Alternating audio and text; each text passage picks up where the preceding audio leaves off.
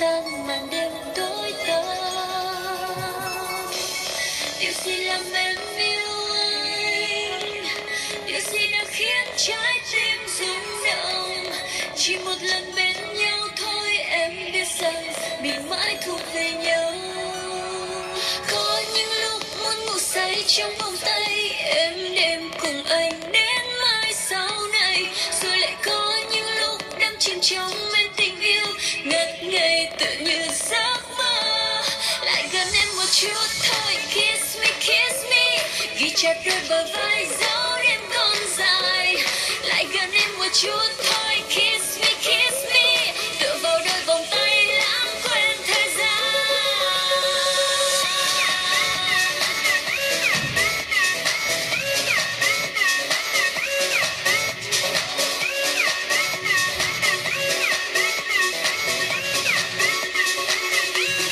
Lại gần em một chút thôi, kiss me, ghi chặt đôi bờ vai dấu đêm còn dài.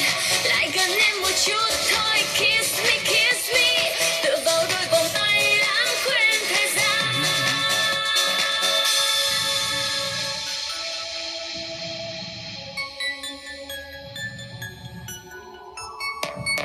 Cần một bờ vai nơi anh, cần một nụ hôn ngọt ngào, cần một người luôn bên em xóa tan màn đêm tối tăm. Điều gì làm em yêu anh, điều gì đã khiến trái tim rung động.